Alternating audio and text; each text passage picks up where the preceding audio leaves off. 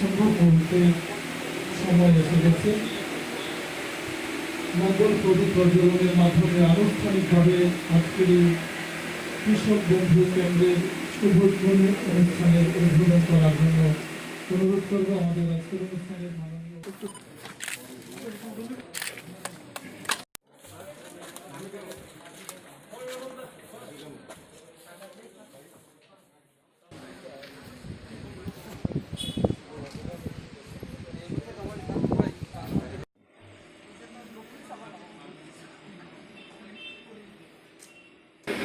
Sir आपने सदन का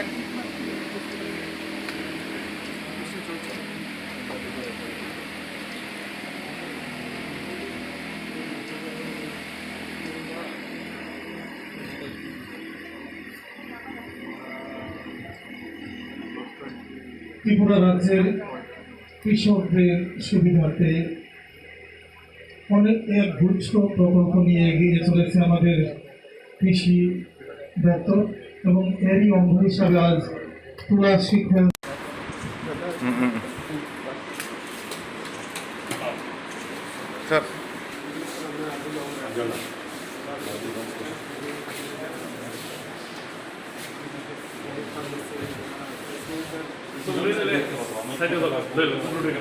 ভিডিও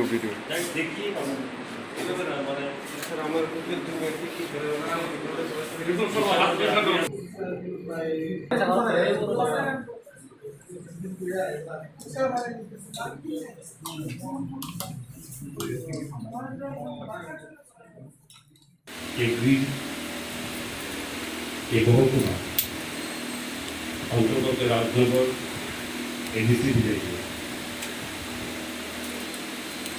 এই নূতন ভবন কৃষক বন্ধু কেন্দ্র রাজ্যের 17তম এটা আমরা অনুষ্ঠান করতে আমরা এটা উদ্বোধন করেছি এবং এই অনুষ্ঠানে উপস্থিত প্রধান অতিথি রাজ্যের মাননীয় বন এবং ভূজাতি কল্যাণ দপ্তরের মন্ত্রী তথা আপনাদের এই এলাকার বিধায়ক শ্রী মেঘল কুমার জমাতিয়া মহোদয় 1 মাস আগে এই কৃষক বন্ধু কেন্দ্রগুলো এই কেন্দ্রটি আমরা উদ্বোধন করার কথা ছিল। আমরা সকলেই জানি যে বর্তমান এই করোনা ভাইরাসের আক্রমণের কারণে আমরা ইচ্ছা থাকলেও আমরা সেটা করতে পারিনি, কিন্তু এই করছি যে সমস্ত কিছুর প্রতি বাধা নিষেধ অবশ্যই যেখানে নিয়মাবলীর মধ্যে আছে ভারত সরকার ও রাজ্য সরকারের, কিন্তু এটা থেকে কৃষি দপ্তরের সেই বাধ্যবাধকতার বাইরেই ভারত সরকার ঘোষণা করেছে। আমরা রাজ্যে খুব বেশি হলে 5 থেকে 6 দিন আমাদের কৃষিকাজে আমাদের যাবতীয় কাজকর্ম সেটা বন্ধ থাকলো। আমি যেমন আমরা এই কৃষি সেক্টরকে কোথাও বন্ধ রাখার জন্য আমরা খোলা রাখা এবং কৃষকদের স্বার্থে কাজ করার জন্য রাজ্য সরকার আমরা কাজ করে যাচ্ছি। আমরা সকলেই জানি যে করোনা ভাইরাসে আক্রান্ত হয়ে যত সংখ্যক মানুষের ভারতবর্ষে মারা গেছে কিনা আছে, যদি খাদ্য দ্রব্য যদি এই উৎপাদন যদি বন্ধ থাকে দেওয়াতে হয় ভারতবর্ষের মধ্যে 130 কোটি মানুষের আরো বড় মহামারী দেবে শুধু খাদ্য অভাবের কারণে। সুতরাং আজ চাইব আমাদের সোশ্যাল ডিস্টেন্সিং বাকি আরো সমস্ত মেনটেন করবে আমরা কৃষি ব্যবস্থাতে কোথাও থমকে না যায়, কারণ রাজ্য সরকার প্রতিনিয়ত রাজ্যের কৃষি এবং কৃষি কল্যাণ দপ্তর সেভাবে কাজ করে যাচ্ছে।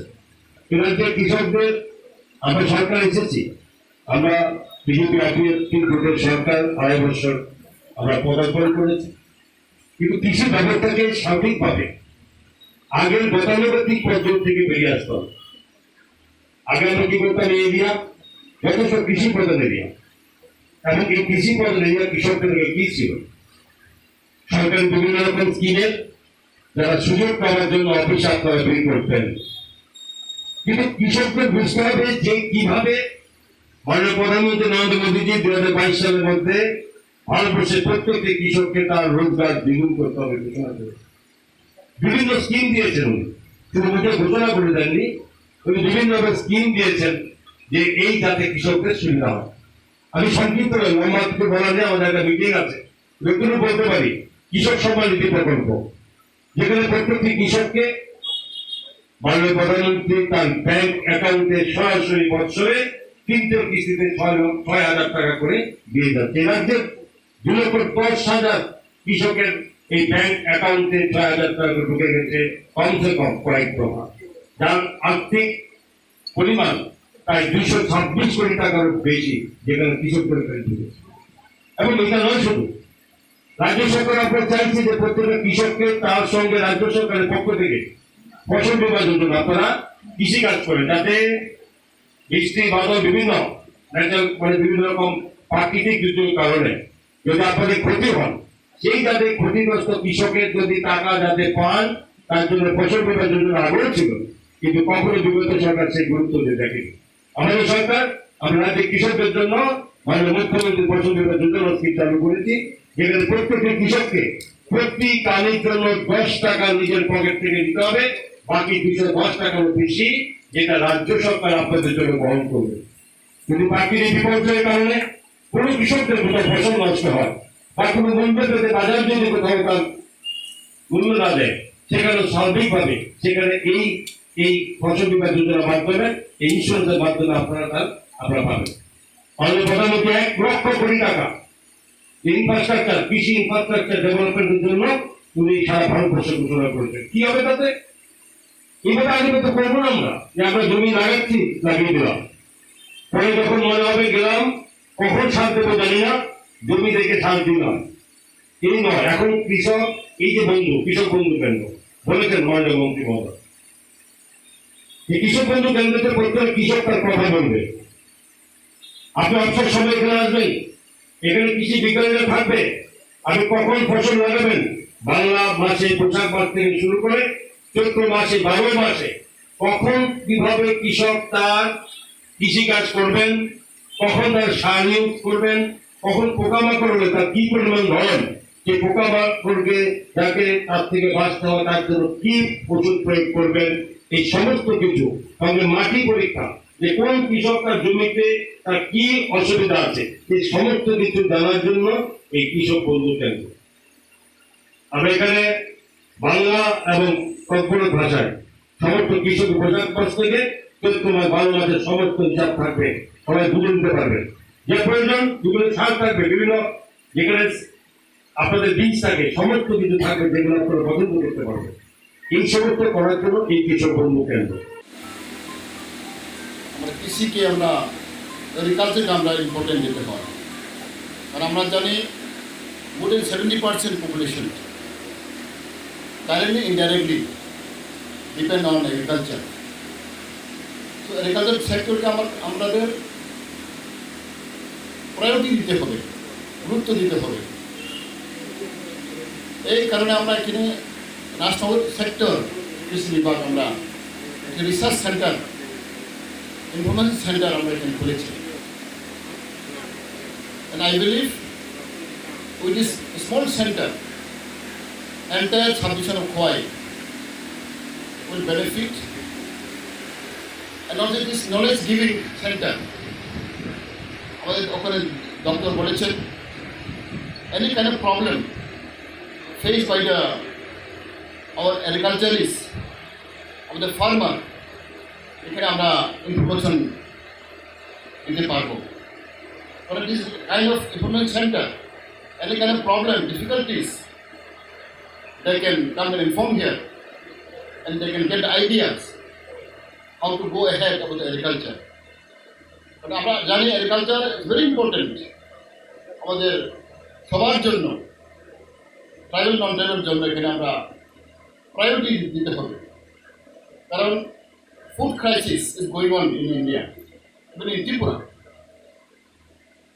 Therefore, agriculture is very important for livelihood of our people. যদি এগ্রিকালচার যদি আমরা ডেভেলপ না হতে পারে,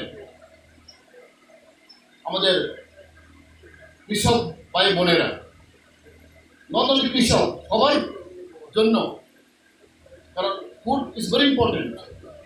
food unless we can provide the sufficient food stock, আমরা সারা রাজ্যে এবং ত্রিপুরা রাজ্যে স্পেশালি আমরা পিছিয়ে যাব। তার ক্ষেত্রে আমাদের মধ্যে এখানে খুব আমরা ভাগ্য, very fortunate enough to get this centre. So I think in future আমাদের সবার জন্য এগিয়ে যেতে পারবে। কৃষি ক্ষেত্রে এগ্রিকালচার সেক্টর ডেফিনেটলি ডেভেলপ। কারণ আমি জানি এখানে এলাকা আমি MLA, I have seen various places the water crisis, agriculture is not developing properly. তো আমরা জানি কত আগেতে আমরা দেখতে পাই কৃষি ক্ষেত্রে আমরা অনেক অ্যাওয়ার্ড পেয়েছি, but in practical, in physical আমরা একটু দেখতে পাইনি। কারণ আমরা দেখেছি যে অনেক জমি বারেন্ট হয়েছে, পড়ে রয়েছে, কোনো ফসল নেই, কোনো এখানে সবজি নেই। এবং এগ্রিকালচার ধান আমরা মাত্র বছরে একবার দুবার করতে পারি because of water crisis. therefore I think এই সেন্টার আমরা বিশ্বাস করি এই সেন্টার খোলার পরে আমাদের সবার জন্য উপকার হবে। এই বিশেষ রাখি আজকে আমি ধন্যবাদ দিতে চাই আমাদের মাননীয় মন্ত্রী। তারই লিডারশিপ থেকে আমরা দেখতে পাই প্রায় 2 বছর আমরা অনেক এগিয়েছি কৃষি ক্ষেত্রে। Therefore, I really thanks to our Honorable Minister for his kind presence and for his kind initiative to establish this kind of center for the people of the Tripura. Thank you.